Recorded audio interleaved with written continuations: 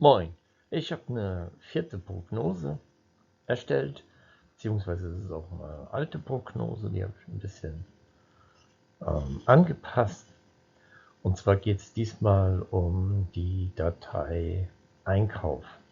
Sie benötigen für die Übung, können Sie die schon machen, also diese Prognose. Dafür benötigen Sie die NYRA-Daten aus dem Frühjahr 2026. Warum die Datei Einkauf? Ich versuche Ihnen das ja immer auch zu begründen, warum ich denke, dass diese Datei drankommen kann. In den letzten Semestern beziehungsweise in den letzten Halbjahren war es immer so, dass immer das dran kam, was sich nicht aktuell verändert hat. Die neuen NYRA-Daten sind ja noch nicht raus, sondern immer das, was sich in dem Halbjahr davor verändert hat. Ja, so war das in den letzten Halbjahren immer so gewesen.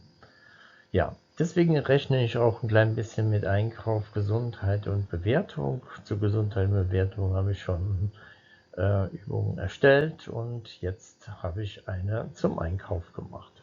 Dabei geht es um die Dateien, um die Tabellenblätter CE, UL und JO.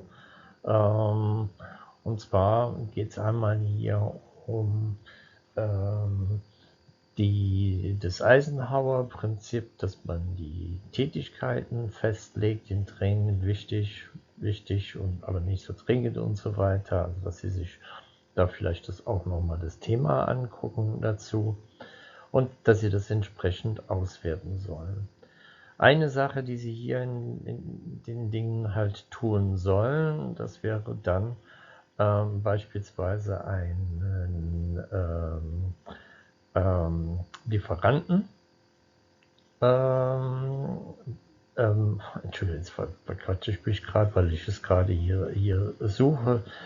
Zwei Angebote sollten Sie vergleichen, Aktenordner, Handelsware, und das sollen Sie dann hier auch entsprechend auch durchführen. Das gehört auch mit zur Aufgabe.